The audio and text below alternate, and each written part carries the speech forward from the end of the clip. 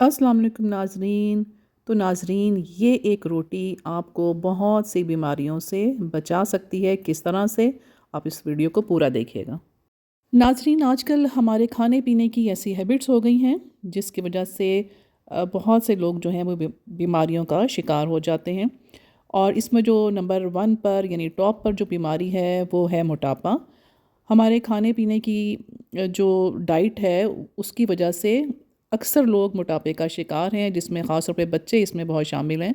बच्चे जो हैं वो भी ओवरवेट होते जा रहे हैं, और जब आप मोटापे का शिकार होते हैं तो सबसे पहले आपको शुगर यानी कि डायबिटीज़ और हार्ट पेशेंट और इस तरह से डिफरेंट बीमारियां जो हैं वो ब्लड प्रेशर वगैरह वो हो जाता है। तो मैंने आज ये सोचा कि मैं आपके साथ वो चीज़ शेयर करूं कि जो मैं ख़ुद भी यूज़ कर रही हूं, और मुझे और मेरे घर में सब फैमिली को इससे बहुत फ़ायदा हुआ है। तो आज मैं जो रेसिपी आपके साथ शेयर कर रही हूँ वो है मल्टीग्रेन आटा की रेसिपी। जी बिल्कुल, आप सही कह रहे हैं कि ये बाज़ार से भी आप ले सकते हैं, लेकिन जब आप घर में इसको बनाएंगे तो ये आप कोई तसल्ली होगी कि आप ओरिजिनल चीज़ आप खा रहे हैं, उसमें कोई मिलावट नहीं है। और दूसरा कि जब आप ख़ुद बाय करते हैं तो आपको पता है कि वो चीज़ें फिर आपको सस्ती भी पड़ती हैं। तो आज की जो रेसिपी है ये बहुत अच्छी रेसिपी है। ये मल्टीग्रेन आटे की रेसिपी है, और इसके आटे को फिर हम आपको प्रिज़र्व करने का तरीका बताएंगे। उससे फिर हम आपको रोटी कैसे बनानी है वो भी सिखाएंगे। तो आपने मेरे साथ रहना है, वीडियो को पूरा देखना है। तो मैंने एक बाउल ले लिया है, और इस बाउल में मैं सारे आटे मिक्स करूँगी। सबसे पहले मैंने डाला है आधा कप बेसन। बेसन भी आपके पास बहुत अच्छी क्वालिटी का होना चाहिए। और इसके साथ अब मैं ऐड कर रही हूँ बाजरा। बाजरा जो है ये 1 कप है। 1 कप बाजरा आप ले लें। और इसके साथ है जौ का आटा।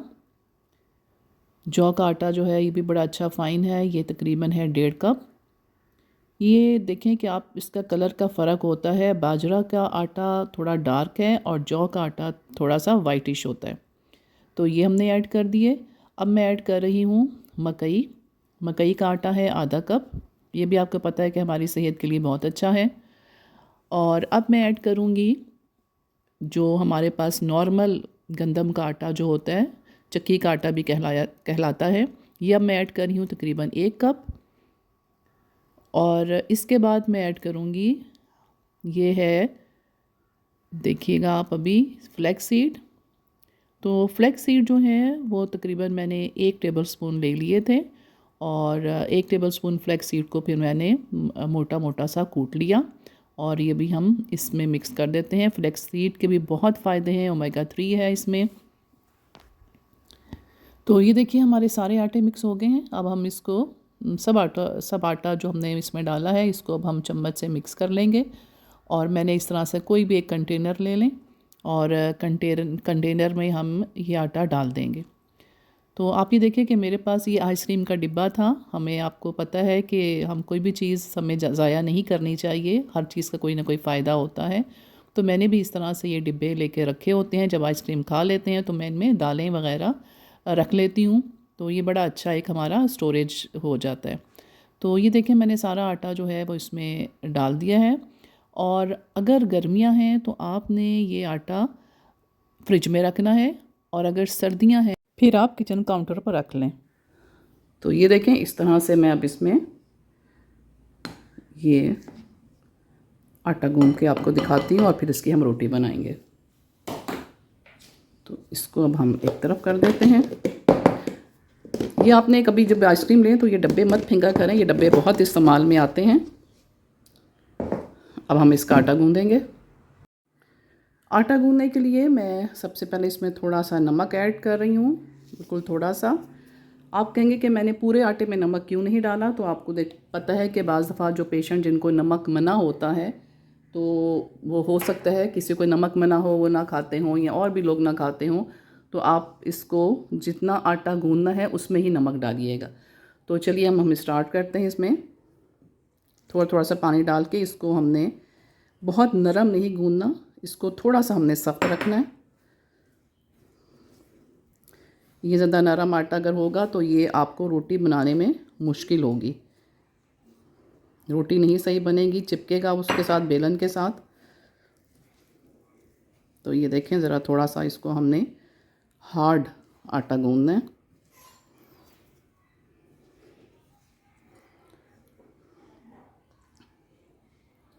सारा पानी एकदम मत डालिएगा।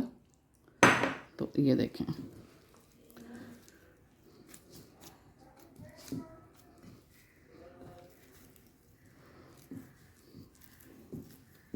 तो इसको आपने 5 मिनट तक के लिए गूंदना है। तो लीजिए नाजरीन, हमने ये आटा गूंद लिया है। 5 मिनट तक हमने इसे गूंदना था। और आप ये देखें, ये इस तरह से होगा। बहुत नरम भी नहीं है और बहुत ज़्यादा सख्त भी नहीं है। और आपको ये जो नज़र आ रहे हैं, ये आप देखें फ्लैक्स सीड के बीज आपको नज़र आ रहे हैं, जो हमारी सेहत के लिए बहुत अच्छे हैं। तो चलें, अब हम इसकी जब रोटी बनाएंगे तो फिर आपसे मिलते हैं। 15 मिनट के लिए हमने आटे को रेस्ट दे दिया था। अब हम इसका पेड़ा बनाते हैं। और नाजरीन, इस आटे की 2 रोटियां बनेंगी मल्टीग्रेन की। तो देखें, इस तरह से जैसे हम नॉर्मल रोटी बनाते हैं, आपने इसको इस तरह से ही पेड़ा बना लेना है।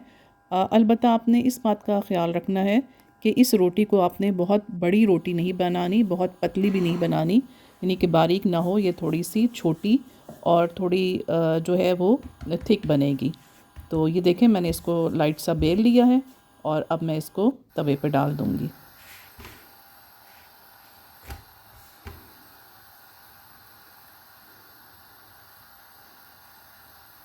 आप चाहें तो इस पे आप ऑयल भी लगा सकते हैं। ऑलिव ऑयल आप जो है उस पे लगा सकते हैं, क्योंकि हम हेल्दी खाना खा रहे हैं, हमने हेल्दी चपाती बनाई है, तो आपने इस पे घी वगैरह नहीं लगाना।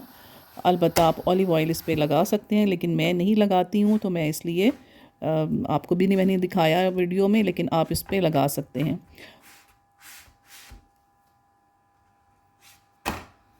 तो लीजिए, हमारी एक रोटी तैयार हो गई है। अब हम दूसरी रोटी पकाते हैं। तो अब आप ये देखिए कि जो मैंने दूसरी रोटी डाली है, इसके ऊपर मैं कुछ सीड्स डाल रही हूँ। आप चाहें तो इसको बेलन के साथ ही आप इसको प्रेस कर सकते हैं, लेकिन मुझे इस तरह ज़्यादा बेहतर लगता है। इसमें मैंने पम्पकिन सीड, सनफ्लावर सीड और मेलन सीड लिए हैं, और इसको मैं इस पर दबा दूँगी ताकि इसके साथ ये चिपक जाएँ।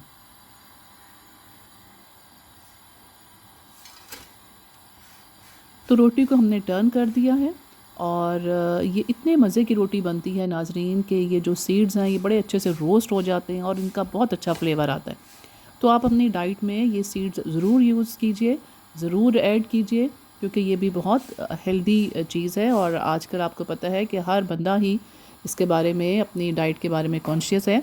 तो आप मल्टीग्रेन की रोटी को इस तरह से भी आप यूज़ कर सकते हैं।